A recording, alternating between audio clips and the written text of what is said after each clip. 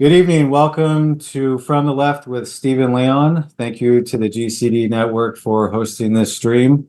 My name is Stephen Leon, and I'm running for the House of Representatives in Virginia's 8th District. Tonight's show is about this new thing I started. It's called the J6RF. Okay, that's the J6 Retribution Fund. I have been doing my best to raise donations. Yesterday, I went to just something to know if you're ever running. Farmers markets are the place to go. You know what I mean? If you're extroverted, you go out there, not everyone's going to say yes. People are wrapped up in their own stuff. You just go there. What's the worst they can say, right? No. But I got like 10 signatures within an hour. Definitely the spots to go. And but I don't really just like ask people for donations. That's never been the forefront of my thing, but we have realities here. I have to stay competitive. Today I had filed my quarterly report for the FEC, and I actually need to do a paper amendment. So I thought I'll just disclose that today. The part I posted on social media today, it shouldn't be where there's amounts for individual contributions. It should actually be for the candidate contribution. So I've been self-funded. It's about 4K I've been throwing in on this, and then whatever spare money I have through each paycheck, for the most part, it's worth it to me. So but I still need, it's the thing about donating, right? It's like you see a lot of things that are out there, and it's just sort of with the J6RF, essentially what I'm providing is a t-shirt, but it's more than just a t-shirt. At least you've got something tangible in your hand. And I still have this money flying around for the Patriots funds and all this thing to get people that committed crimes and during January 6th, try to get them out of prison and stuff like that. And you got to look at it realistically. A lot of people that went to that protest didn't violate any crimes, that we didn't commit any crimes. That's fine, but a lot of people did. That's what the court's for. Unfortunately, it's messy like that. Lots of people go to prison. Unfortunately, if we didn't have technology, we have DNA tests now. People get out. It's just a part of being in a more perfect society. Some societies, you probably wouldn't even get that chance to do that. So, yeah. So with the J6RF, I think I will go ahead and share my screen and just kind of sell you guys on this promotion here and what it really means. So if I...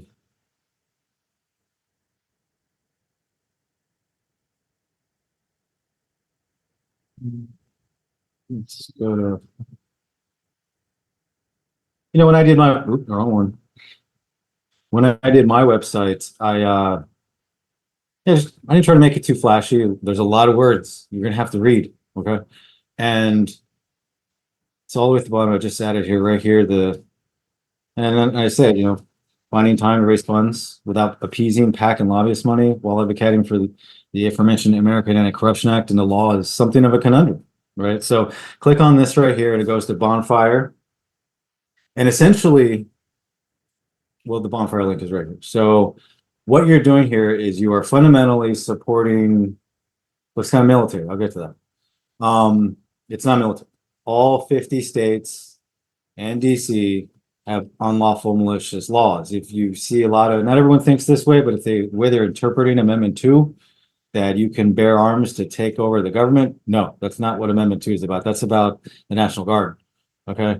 You cannot use Amendment 2 against the people themselves. Whatever it is that's going on, you know what I mean? You just can't do it. It's just, so that's why every state after they initiated this, every state after the Civil War had put that in writing. Washington, DC, it's included, which is not a state yet. But so you're fundamentally supporting media literacy and the American Anti-Corruption Act. Because if you think about J6, that's essentially what it was about.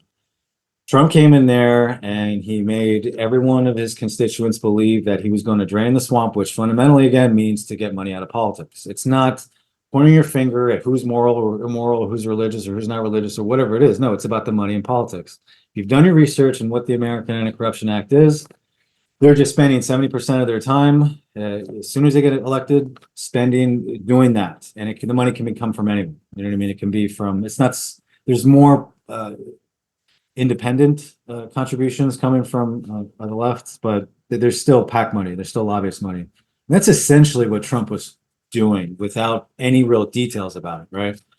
So, and again, the disillusionment with media literacy. This media bias chart right here is the methodology is solid. You got to really trust on the way that this company has rated the news.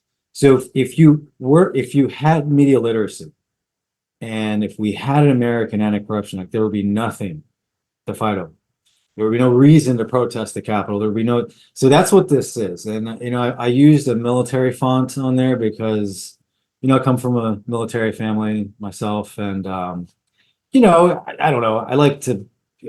Lots of us are inspired with movies, but some of us may not go to the military or something like that. But there's a scene in that movie Armageddon. Remember when Billy Bob Thornton always wanted to get a mission patch, on his arm, but never really go. And so this is kind of like that. If you really believe this is a peaceable result. There is no militia here. There is no.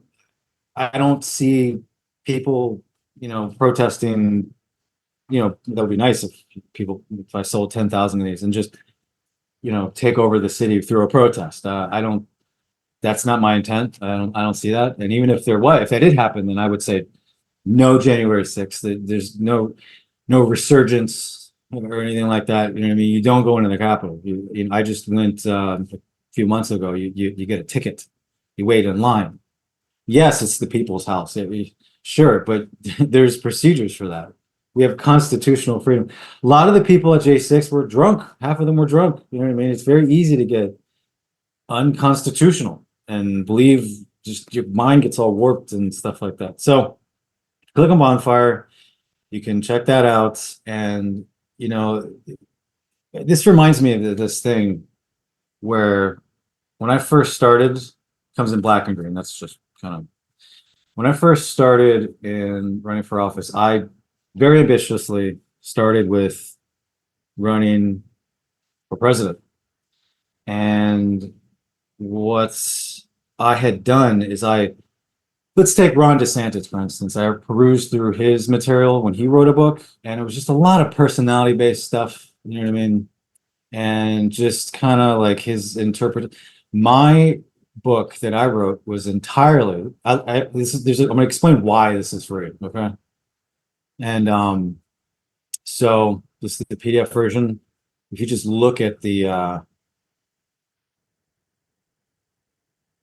table of contents, you can see the platform that I have. And a lot of that is, if you look at the 7-point plan, those are laws that I would intend to act from the White House or wherever.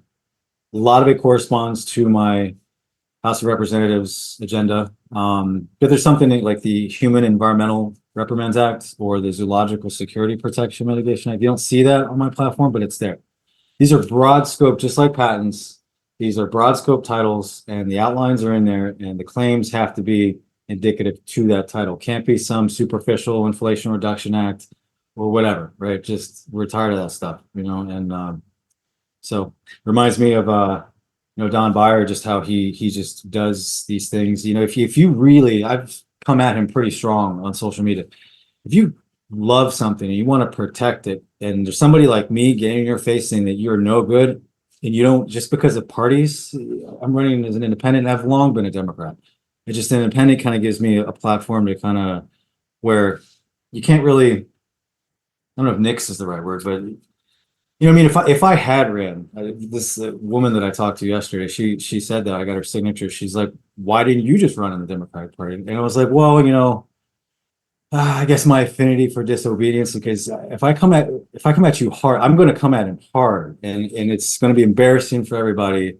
And some of the timid folk around here may not be able to handle it, right? At least as an independent, you can extrapolate, and it kind of, it's like a cocoon, I guess. I don't know. You know what I mean? Like, where, I don't see the usefulness or purpose of dismantling the parties or anything like that. But, that's just kind of the reason, kind of just, it becomes my own, you know what I mean? I don't have to, I worried that if I had gotten into the Democratic Party running, then maybe they would just throw PAC money at me, or it would be irresistible. You know what I mean?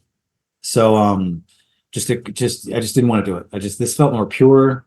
I was just looking at it, and George Washington's from here.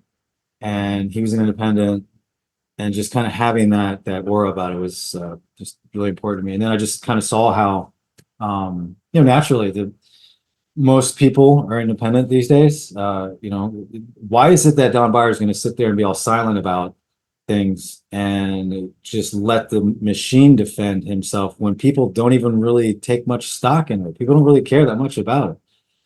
I have to call him a coward. I come at him, you know what I mean? It's just, this is politics. Maybe I'm all about the change ideologue. Maybe generation can learn from my own mistakes. Maybe you wouldn't have to be so strong and shake people out of apathy the way that I do, however creative that it might be.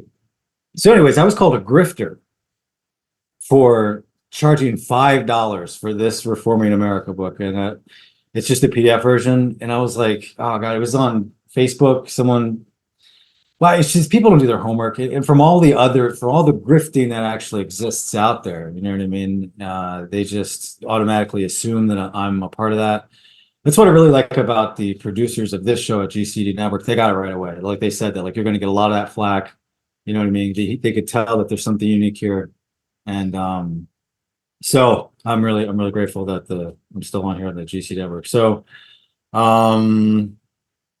That is not right. So this T-shirt here is not a grifting operation.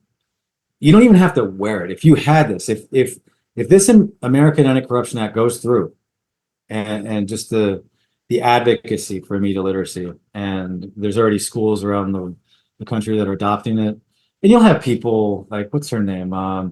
She went rogue. She flipped just overnight. She just went Republican and just turned her back on 50 years of women's rights. You know what I mean? And not that it's inherently negative to be a Republican. It's just this in thing about morals and being a Republican, being Christian and a Republican really is just something. I wonder how many people are actually aware of it. That what made Kennedy so popular was that his impartiality to religion. And unfortunately was assassinated, and then they just kind of picked up on what was popular. And they got it backwards. It's very easy to get things backwards and take them. It just kept on going that way. I go after Hirat Christian Kim he's on the far right here in this district.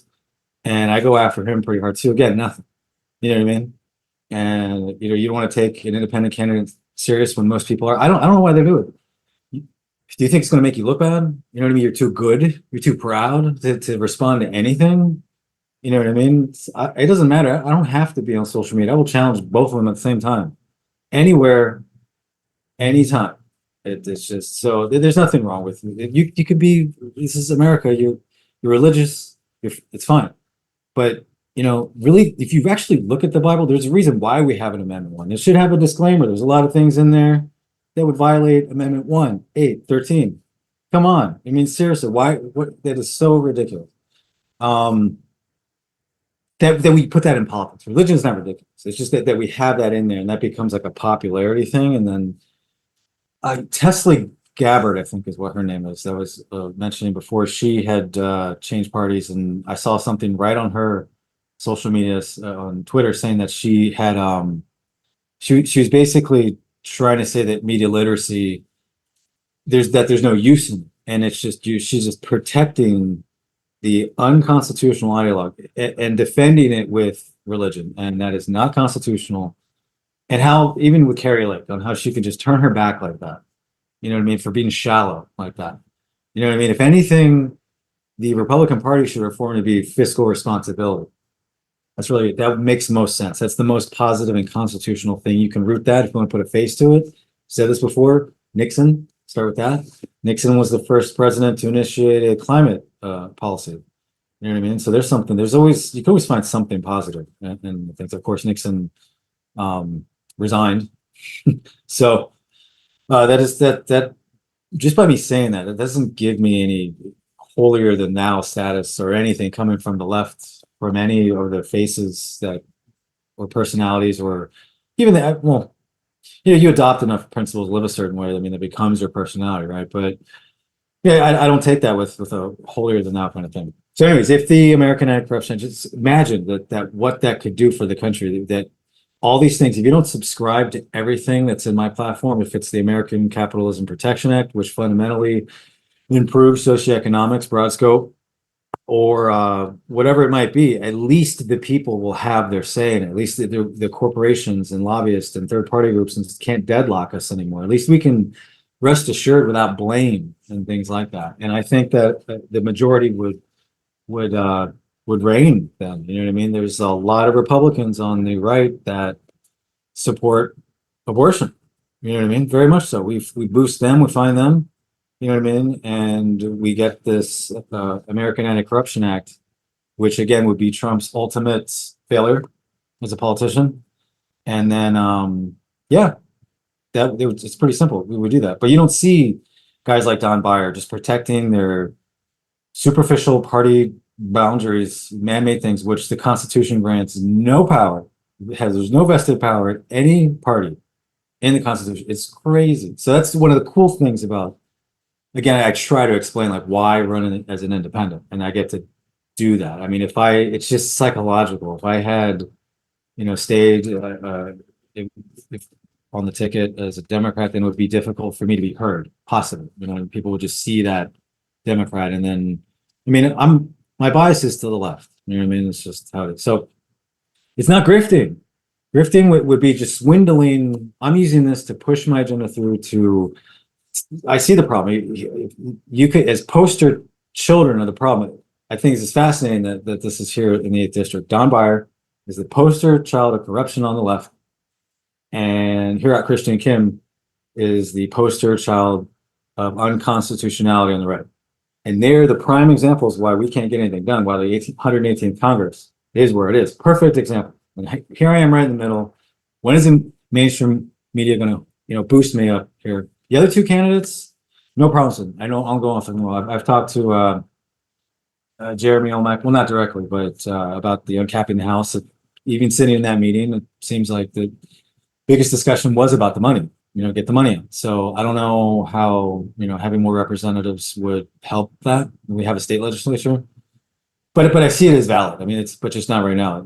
I haven't put any support with it because I see that American Anti-Corruption Act. I'm like, well, let's try that first, and then if it still stays corrupt because people can't, why put more representatives and then have more toes to step on?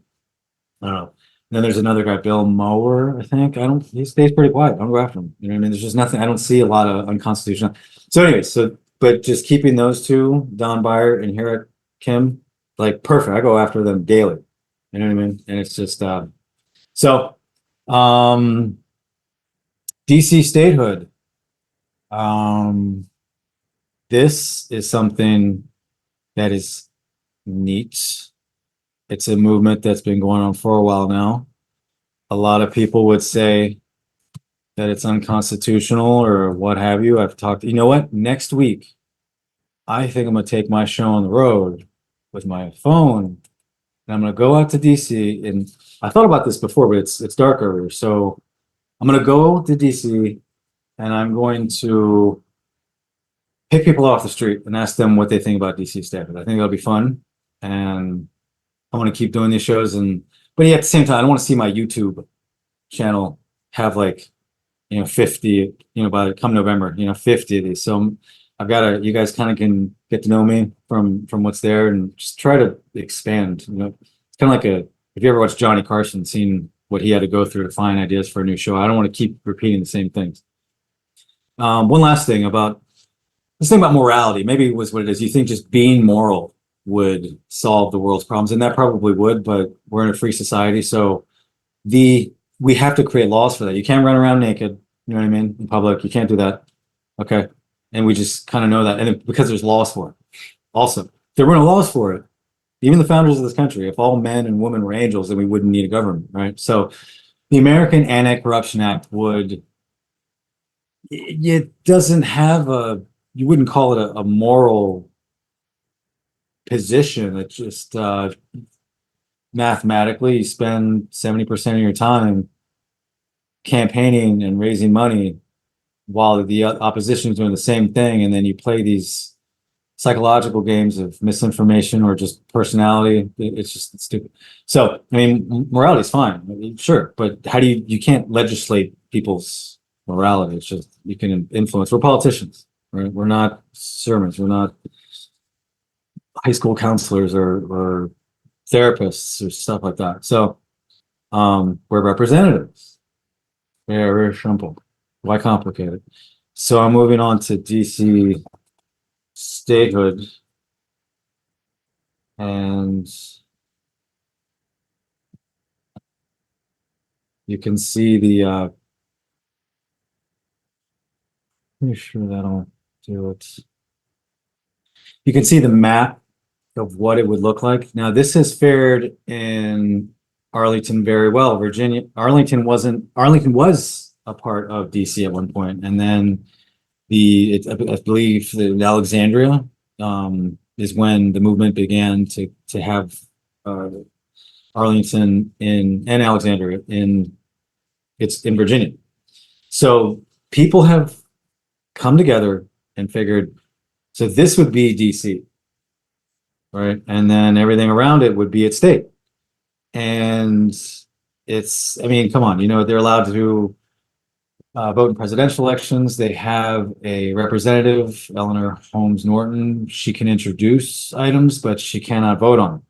So you see the license plates of taxation without representation. They don't have a say in what goes on.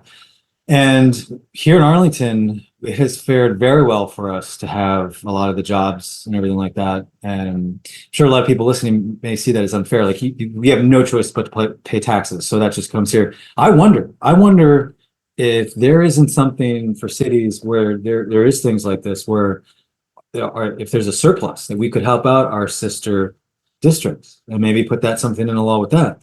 You know what I mean? Because I haven't toured the country, but I'm sure there's a lot of socioeconomic depression, not just in the cities. You know what I mean? So I would be open to do that. So anyway, so this would benefit the people. The reason why this isn't going anywhere is because the right is afraid that the left is going to go socialist. I have sent a letter to Eleanor Holmes Norton on Facebook, but I had actually sent a paper copy to Rep Buyer. No response. Crickets. Absolute crickets, because it's going to make him look bad. That's what I think. And he wants to go socialist. I think that's what it is. I think he gets in his ego that he sold 100,000 cars amidst a fossil fuel burning cars amidst a climate crisis, and then just gets the torch handed to him very easily from Jim Moran, the previous representative. His net worth doubles since being our representative. And then he's got all these trades and all this PAC money, and there's just a 30% efficacy. And now he's attending college while in office to learn more about AI, and then tells the world that he doesn't really have that much interest in preserving jobs and there's nothing we can do about it. Not even try. I put all these ideas down by you're done. You are so done, dude. Seriously, like if we go to the pin posts of my Facebook, it's one of the things I like about Facebook is you have a 1, 2, 3. It's like 6 things you can post. You can pin. On Twitter, it's only 1. I actually I come from the patent world. So I've been doing it for 15 years in intellectual property law. It's a provisional patent right now, but I invented a 3D dimensional interface. We'll see what happens. It's going to take time to write the utility patent for that, invest in it, and things like that. But now it kind of shows you that these things are possible. Maybe it'll get bought out by someone. So in this letter that I wrote, you can see, like, I wrote it, I sent it, you know what I mean? And it says basically what we want to do is we want to get the left to agree not to go socialist and get the right to moderate regulation just about with everything, right?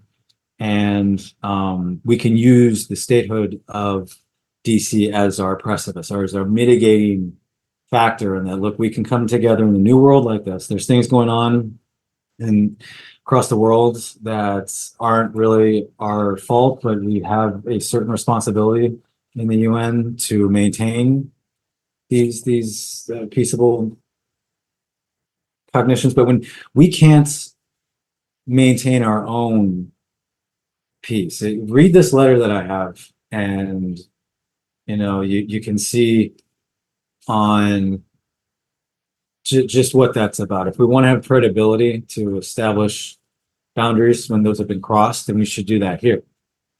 So there's a lot of stuff going on. Like we can't. I was just responding or commenting on this Hirak Christian Kim and how Hirak Christian Kim is the same way he Osama bin Laden was not the voice of Islam. And Hirak Christian Kim is in no way, the same sort of way, is in no way a representative of Christianity from America, and by none. No, not at all. This guy is he's taking religious narratives. We don't do that. That is the most fundamental thing as a politician. If you're in the public eye, that is the most fundamental thing. And only in the last 50 years has it been a thing. Again, it starts with Kennedy. They just kind of see what's, you know what I mean? It's like a game. You take somebody's idea, reverse it on them, and then see how well it works out. Well, it's not. In the recent elections here in Virginia, the majority spoke where we're going. The whole country was looking at what's going to happen in Virginia. All right. And just it's a failing ideologue. And I don't know, for any politician, once they go down that road, how do you come back from it? How do you come back from you're willingly advocating, violating the most fundamental, there's a reason why it's the First Amendment. It's the most simplest thing. We don't want to get involved. We've seen on how everything that's going on internationally right now is we shouldn't take religious narratives. You see, Biden has dabbled his hands with that, and it's just not what we do. Fundamentally, what's going on over there is socioeconomics. So, and it seems kind of hammy that, in one hand, Biden's talking about how he's a Zionist, and then we're trying to negotiate peace over there, but then one having a hard time with doing it here, and then also talking about giving them jets and things like that, and sanctions. That's why we don't do that. That's why we don't ever get in. We empathize with Israel and everything that's happened to the Jews ever since they've been Jews. Since we're trying to steal stuff from the Jews. You know what I mean? And it's just they just stick together. You know what I mean? That's why they're successful at things, and that's no different than any other group of people. You know what I mean? And it's lots of wonderful things come from all different subcultures, and that's what America's about. Nothing superior. There's no superiority. You could even challenge Judaism. This is Orthodox stuff where all the Jews can come from 4 people originally. Well, really, I think most people think about that. Well, there were people before this, 4 people, right? And I think science tells us it's Ethiopia. Is scientific Eve comes from Ethiopia, and that's fine. No big deal. I mean, I put something on social media earlier that makes more sense, that woman came first. Genetically, we're all women. We start off as women, and she gave her rib. You know what I mean? I'm just kind of playing. Maybe there's some truth to that, but that stuff's out of date. Okay. And anyways, so next weekend, I'm going to go to DC, and we're going to talk more about DC Statehood with people straight from the horse's mouths and see what happens. Please buy a t-shirt. Help me out here. You know what I mean? It's like $25. And I get like $5 a commission. It would really help. And yeah, that's my show. I'm going to go ahead and call it a night. Thank you very much. And I'll see you next week from DC.